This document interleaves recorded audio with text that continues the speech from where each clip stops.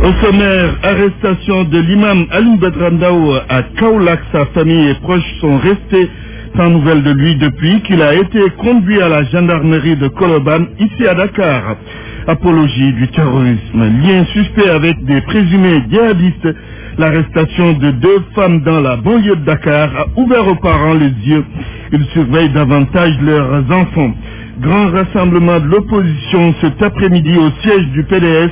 Conjonction entre le cadre de concertation des leaders de l'opposition et le Front patriotique pour la défense de la République qui veulent faire face au pouvoir. Sinon, les travailleurs réclament à l'État une administration provisoire. C'est pour la gestion de la campagne de commercialisation de l'arachide après le départ d'Abbas Jaber. L'actualité internationale, ce sera avec Barthélémy Gom. Bonjour Barthélémy. Bonjour Antoine, bonjour. Les titres. Accord de paix au Mali, la 5e session du comité de suivi s'est achevée hier. Aucune annonce n'a été faite. Des musulmans lynchés, des assassinats en représailles, une flambée de violence en Centrafrique, impossible pour le moment d'établir un bilan. Et puis les germes d'une crise en Tanzanie, de nombreux incidents ont émaillé la compilation des résultats de l'élection présidentielle de dimanche dernier. Des bulletins brûlés, des présidents de bureaux de vote agressés, l'opposition annonce des fraudes et un bourrage des urnes. Développement de tous ces titres aux alentours de 12h15. Cher Tidiane Diagne, bonjour. Bonjour Antoine Diouf. Et titre sport avec vous. Football Atana, le match Madagascar-Sénégal, un match aller des éliminatoires du mondial de foot se prépare activement. Le sélectionneur Franck, que vous entendrez dans ce journal, a publié sa liste des 23 joueurs. Et puis nous parlerons du tournoi du Parlement qui lance la saison, démarrage cet après-midi. À l'instant, le tirage au sort, 4 équipes sont concernées. Et nous allons aussi parler des championnats étrangers, notamment du championnat français, du championnat espagnol et du championnat allemand. Critique autour des voyages du président Macky Sall. Les nombreux voyages du chef de l'État sont certains. Nous posons la question d'un point de vue. Qu'est-ce que vous en pensez? Et puis, avant cela, il y aura critique média comme tous les vendredis avec Mohamed Salimouba. Bienvenue à toutes et à tous. 72 heures après son arrestation, la famille et les proches de l'imam Alioune Badara Ndao n'ont aucune nouvelle de cet homme accusé de faire l'apologie du terrorisme. À Kaolack, l'on est inquiet avec ce qui est arrivé à l'imam Ndao. Ibrahim Diamé a fait un tour à son domicile. Depuis son arrestation à son domicile, il y a cela presque 72 heures, ni sa propre famille, ni ses proches collaborateurs, personne n'a de nouvelles de l'imam Alioune Badara Ndao. Est-il toujours en garde à vue à la section de recherche de la gendarmerie de Colobane? L'information de l'imam répondit au bout du fil, Oustas Aronayan, son adjoint à la Ligue régionale des imams et prédicateurs de Kaolack. Chez lui d'ailleurs, son absence est très remarquable. Ses épouses, ses enfants et ses talibés ou apprentis coraniques gardent toujours la mine triste. Difficile d'arracher de leur bouche le plus petit mot, c'est la prudence et c'est de bonne guerre parce que d'après certaines indiscrétions, des agents secrets rôdent toujours dans le quartier et autour du domicile. Le domicile de l'imam Alioune Badara Ndao, niché au quartier Touba Ndorong, est une vaste concession non clôturée, composée de plusieurs compartiments de modestes bâtiments. Certains abritent le dara, ou servent de salle de classe, d'enseignement coranique et même de dortoir en même temps. À l'intérieur de la concession, il y a aussi une mosquée de dimension moyenne. Dans l'enceinte du domicile, toujours quelques briques négligemment rangées couvrent parfois le sol. De l'autre côté, vers l'ouest de la maison, se trouvent les chambres des épouses et celles de l'imam. Elles sont bien séparées et nous nous intéressons à celle de l'imam. Bien entendu, à l'intérieur, aucun confort. Le lit où dort l'imam d'ailleurs ne donne aucune envie de satisfaire un sommeil. En réalité, il n'y a rien de confortable presque dans sa chambre, comme si l'imam avait tourné le dos à tout ce qui est mondanité. On soupçonnerait l'imam Alioune Badara Ndao d'être de connivence avec des organisations terroristes. En tout cas, si c'est le cas, si ces organisations sont riches, ça ne s'est pas reflété sur les avoirs de l'imam, du moins pour ce que nous avons vu dans sa concession. Ibrahim Diamé, Kaolack, Radio Futur Média. Avec l'affaire des 2 femmes arrêtées dans la banlieue dakaroise pour avoir été suspectes d'être de connivence avec des milieux terroristes, notre correspondant à Guédiawaye a donné la parole aux parents. Ils surveillent leurs enfants pour leur éviter un certain endoctrinement. Si d'aucuns acceptent de laisser leur progéniture fréquenter les daras, d'autres restent très sceptiques. Un reportage de Salif Sow. Monsieur Barry, prof de maths. Elle est ménagère. Le premier qui s'est présenté, quant à lui, est professeur de mathématiques. Leur dénominateur commun, tous deux sont des chefs de famille. Concernant les fonctions et activités des daïras, ils dégagent deux points de vue opposés. Les daïras sont très utiles. Je te donne mon exemple. Mes enfants, tout comme moi, fréquentons les daïras. Ça nous aide à mieux connaître notre religion. Je ne sais pas, je préfère les éduquer moi-même dans la religion, je préfère qu'ils soient indépendants parce que pour moi c'est important. Pour moi les daïras, c'est pas une chose nécessaire. Son inquiétude est motivée par l'endoctrinement dont font l'objet certains jeunes qui fréquentent les daïras. Sur ce point, les parents qui ont des avis opposés émettent sur la même longueur d'onde. Pour eux, il ne faut point laisser les jeunes à la merci de certains responsables moraux de daïra qui animent la guerre des idéologies. Tout ce qui ne touche pas aux enseignements du prophète, nous n'en parlons même pas. Et s'ils veulent me faire croire le contraire, je reste chez moi. L'endoctrinement n'est pas une chose qu'on peut tolérer, qu'on peut comprendre également.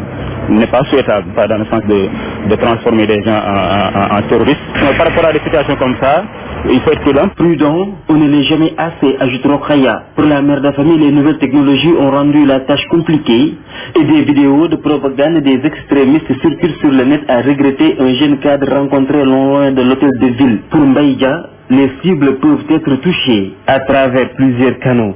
Salissou Guédiawaye, Radio Futur Média. Parmi les deux femmes arrêtées par les forces de l'ordre à Guédiawaye, l'une porte un voile simple, l'autre une burqa.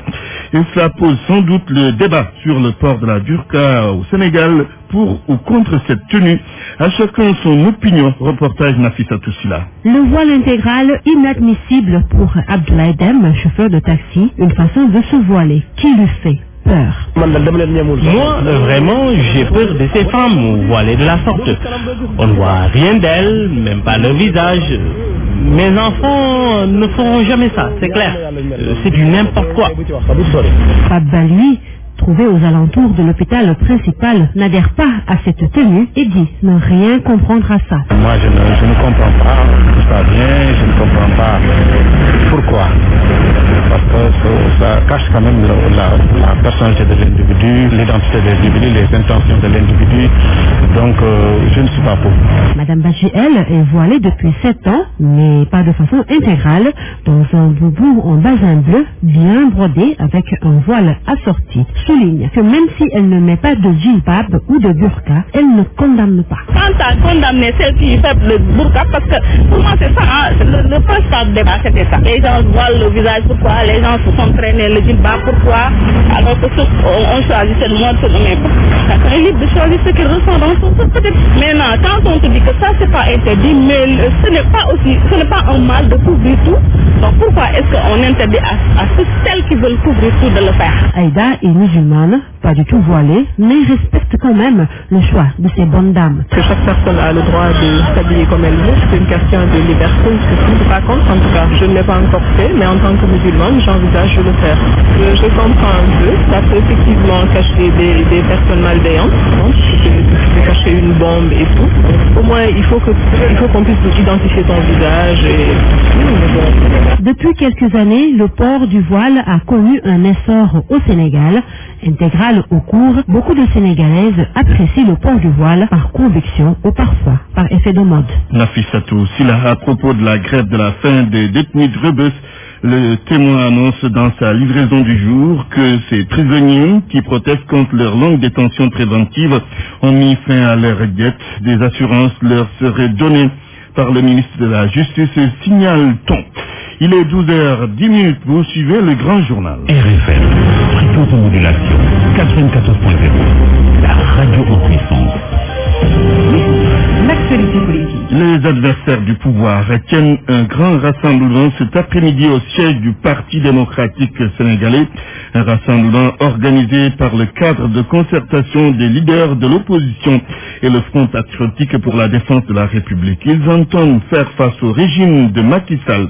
Un des membres du comité d'organisation, Mayoro Faye, par ailleurs chargé de la communication du PDS, il s'en explique au téléphone de Babacar Fall. Après avoir observé un nouveau point de rupture par rapport à ce qui s'est passé à l'Assemblée nationale récemment, et par rapport à beaucoup d'autres actes qui sont posés par le régime de Macky Sall, les leaders de l'opposition ont pris conscience de la nécessité de se regrouper autour de cadres permettant d'unifier la lutte, mais également d'harmoniser les stratégies afin de faire face à Macky Sall et à ses dérives. Ce sera l'occasion pour les partis de l'opposition de mettre en place une stratégie de lutte, mais également au-delà de cette stratégie de lutte qui sera élaborée par ses responsables, et elle sera partagée par ses responsables, elle sera partagée avec le public, avec l'opinion, afin que les Sénégalaises et les Sénégalais puissent être conscients de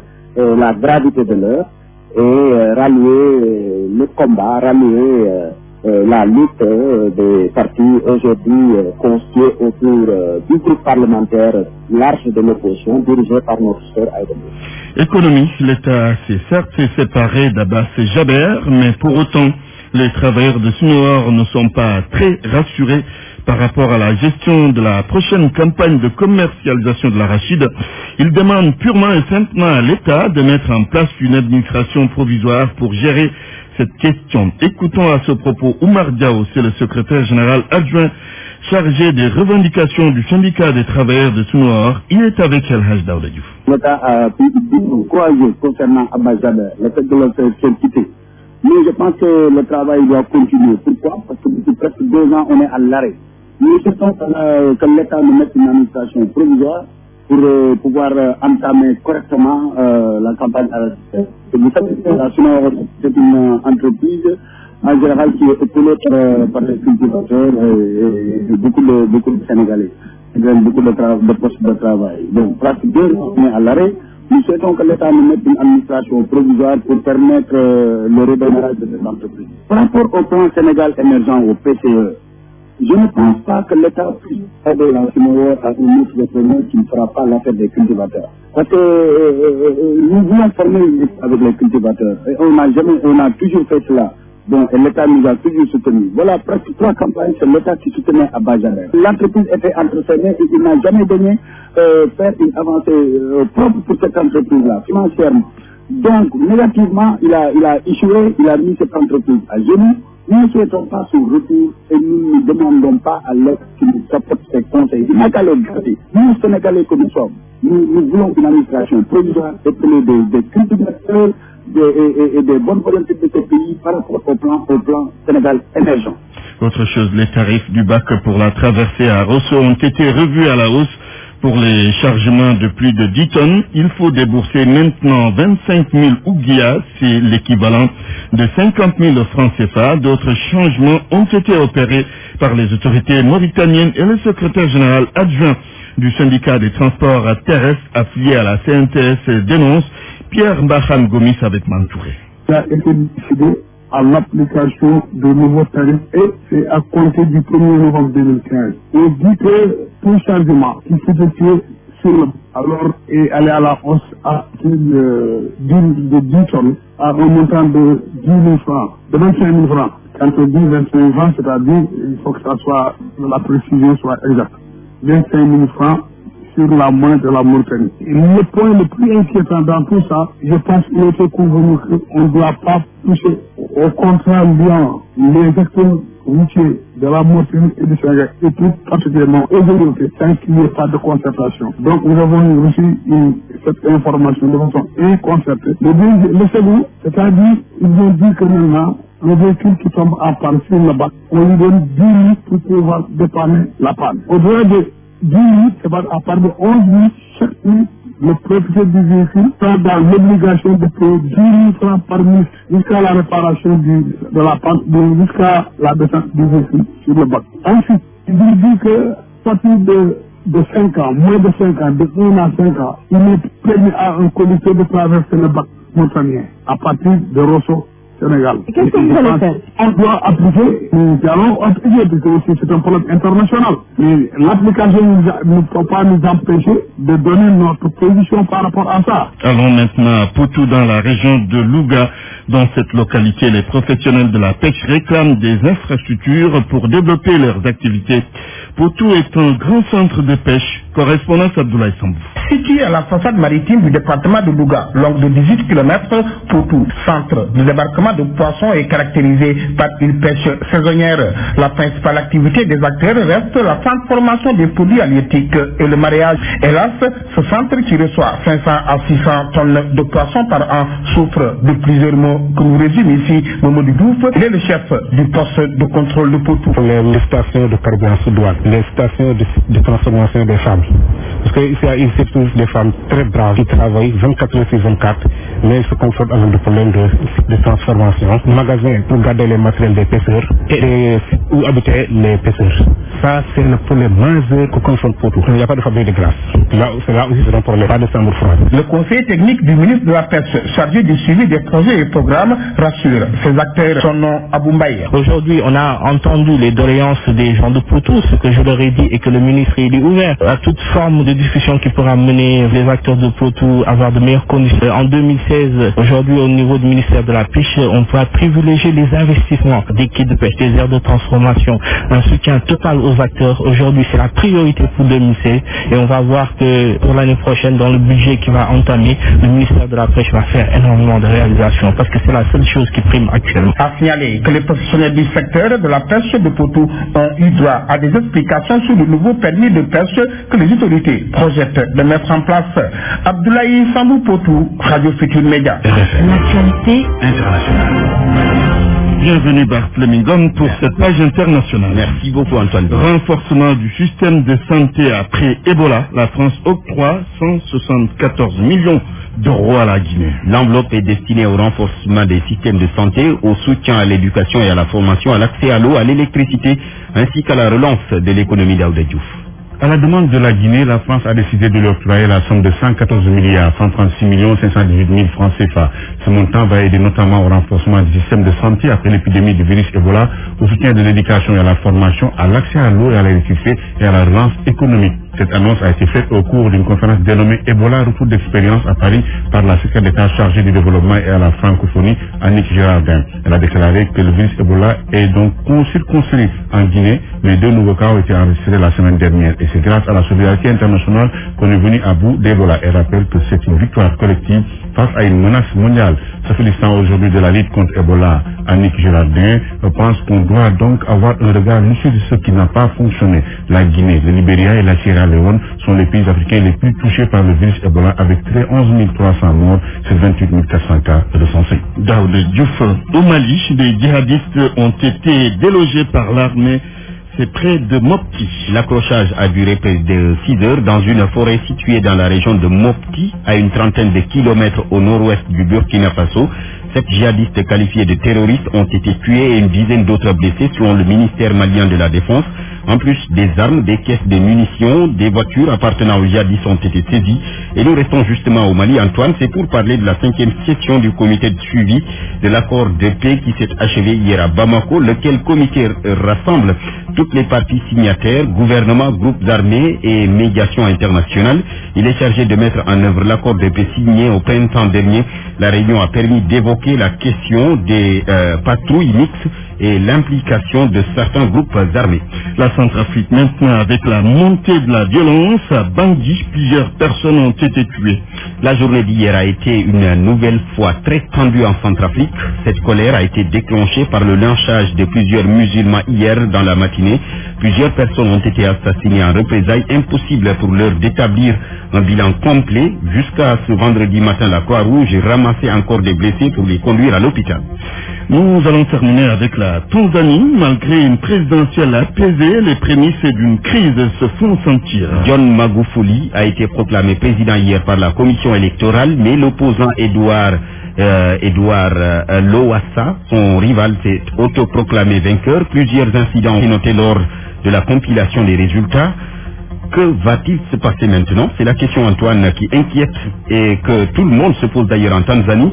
Des forces anti-émeutes se sont installées à Dar es Salaam. Des écoles sont fermées et le commerce marche au ralenti. Toutes les rues qui mènent vers le palais présidentiel sont fermées. À Zanzibar, l'archipel autonome, le scrutin a été tout simplement annulé par crainte de voir la localité basculer dans la violence. Merci Barthélémy Ngom pour cette page internationale. Parole aux auditeurs. L'actualité, qu'en pensez-vous? Moi, je pense que vous devez. Réagissez dans nos éditions d'information sur l'actualité. Bonjour. Oui, bienvenue sur cette antenne terrestre du lundi au vendredi. Vous avez la parole sur BFM. Critique média autour des voyages du président Macky Sall. Les nombreux voyages du chef de l'État sont certains. Nous allons en parler dans Point de vue. Maintenant, c'est critique sur l'actualité dans les médias. Presse écrite, parlée, audiovisuel, internet. Critique média, c'est avec Mohamed Ali Mouba. Bienvenue. Excès d'autorité ou complaisance, question orientée. Pourquoi beaucoup de journalistes ont du mal à jouer le rôle d'animateur, de facilitateur dans les studios ou sur les plateaux de télévision? Papa Lénian, vous êtes animateur. Vous animez Samedi Mag à la 12TV, un magazine transversal qui s'intéresse donc à tous les thèmes. Comment comprenez-vous cette question? Je pense que c'est ça la différence dans les types de débats. Il y a des débats qui sont figés, je veux dire qu'un débat qui oppose un homme politique de l'opposition, un homme politique du pouvoir. Je pense que là, on n'a pas à prendre position. On pose les questions qui sied et chaque parti répond par rapport à ses propres convictions. Par contre, il y a des débats qui sont des débats où on invite des experts qui sont là. On en parlait tout récemment du rapport du FMI. On invite quelqu'un qui est de l'opposition et quelqu'un qui est du pouvoir. Chacun de son point de vue analyse le rapport du FMI.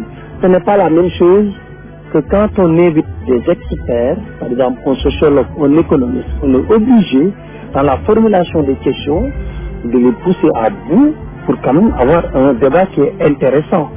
Mais Papa Lé, est-ce que vous ne tombez pas là, sans le savoir, dans le piège du commentaire? Mais quand on invite des experts qui sont là, est-ce qu'il y a besoin d'une question de neutralité à ce niveau? Je ne crois pas. Est-ce que ce n'est pas été plus facile de jouer juste le rôle de facilitateur? Ça veut dire que ça vous pose deux camps qui sont opposés.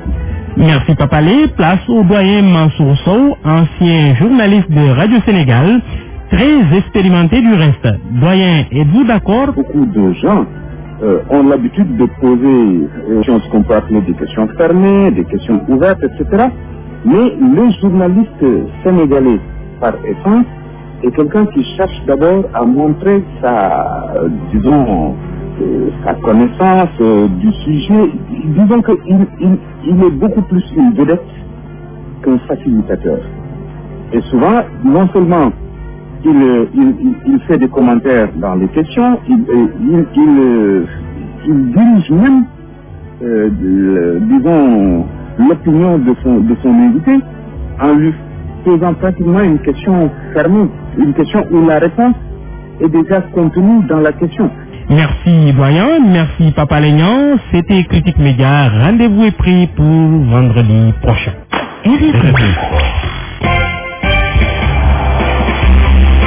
Cher Tigane Diagne dans ce studio pour la page des sports. Rebonjour, cher Tigane. Bonjour, entendu. Arrive le match Madagascar-Sénégal en éliminatoire du mondial de football. Oui, la rencontre se prépare activement. Et c'est le sélectionneur Franck Rajonaria Samba qui a publié hier donc sa liste des 23 jours. Il y a eu des changements par rapport à la composition de la dernière liste qui a été publiée par l'entraîneur de l'équipe malgache. Un amalgame de locaux et d'expatriés avec comme ambition de sortir un résultat positif. Nous écoutons le sélectionneur de l'équipe nationale malgache. Par rapport au match précédent, il y en a deux changements seulement. Sur les joueurs locaux, il n'y a pas de changement, mais sur les joueurs expatriés, on a appelé des nouveaux joueurs qui choisissent de joueurs selon qui jouent en Algérie. On a personne qui était déjà là avant, mais était blessé et maintenant il est rétabli. Donc on a appelé pour le match contre le Sénégal. Et notre joueur, c'est le Bambou Prey, qui a joué en UEFA en France. Et c'est un défenseur qui n'est pas nouveau, il était déjà là aussi contre le Sénégal l'année dernière. Mais maintenant on va décider de l'appeler parce que lui c'est un grand joueur. Nous savons que les Sénégalais ont de grands faits et c'est comme ça on a décidé de rappeler, de renforcer aussi pour renforcer notre défense. L'entraîneur de Madagascar joint à Tana par Cheikh Tidiane Diagne. Justement, Madagascar-Sénégal, Antoine, s'affronte doublement le 13 novembre à Tana. Retour une semaine plus tard à Dakar. C'est un tour préliminaire du mondial de football en Russie, Antoine. Tournoi du Parlement, c'est chez nous. 4 formations sont en lice. Et le tirage plutôt est en train de s'effectuer en ce moment à l'hémicycle. Au début des compétitions dès cet après-midi au stade Demba Diop de Dakar. Ce tournoi de l'Assemblée nationale lance la nouvelle saison de foot chez nous.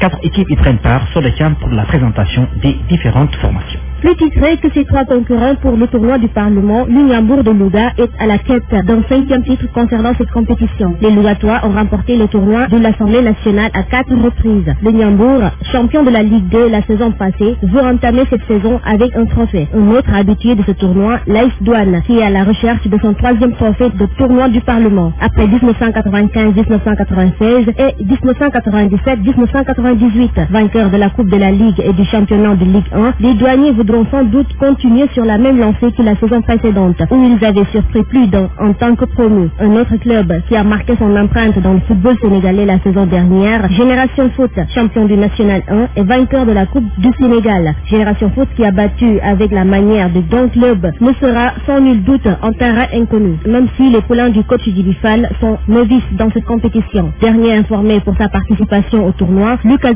Sport n'a toujours pas remporté ce tournoi. Pourtant, le club faillant de Ziguinchor est un habitué de cette compétition. Pour ce tournoi de l'Assemblée nationale, si l'AS Douane et l'Ingambour de Louga cherchent à peaufiner leur palmarès, Lucas Sport et Génération Foot espèrent remporter pour la première fois de leur histoire le tournoi du Parlement. Le football à l'étranger, cette fois-ci, Cheikh Tidiane Diagne. Et nous parlons du championnat français qui en est à sa 2e journée. Aujourd'hui, un match avancé. Le leader, le Paris Saint-Germain, se déplace à Rennes. En Espagne, on est à la 10e journée de la Liga. L'Atlético Madrid, 3e au classement, se rend sur la pelouse du Deportivo à la Corogne. Et puis en Allemagne, c'est la 11e journée. Le solide leader, le Bayern de Munich, se rend sur la pelouse de Francfort. Et puis voici qui nous permet peut-être d'enchaîner sur autre chose. Autre chose, la lutte, bien entendu. Le roi des arènes, Bombardier, bien évidemment, trouve un adversaire. Il s'agit de Rocky Balboa, ce lutteur sénégalais établi en Suisse. L'affiche est ficelée par un promoteur résident à l'étranger. Si certains spécialistes trouvent anormal que Rocky se frotte au roi des arènes, d'autres y voient tout simplement un business. Dans nos toutes prochaines éditions, vous entendrez certainement Malal Junior Gagne qui a parlé aux spécialistes de ce sport bien de chez nous. Il s'agit bien entendu de la lutte avec frappe. C'est bien fini cette page de sport, Antoine Diouf. Merci, cher Tidiane Diagne.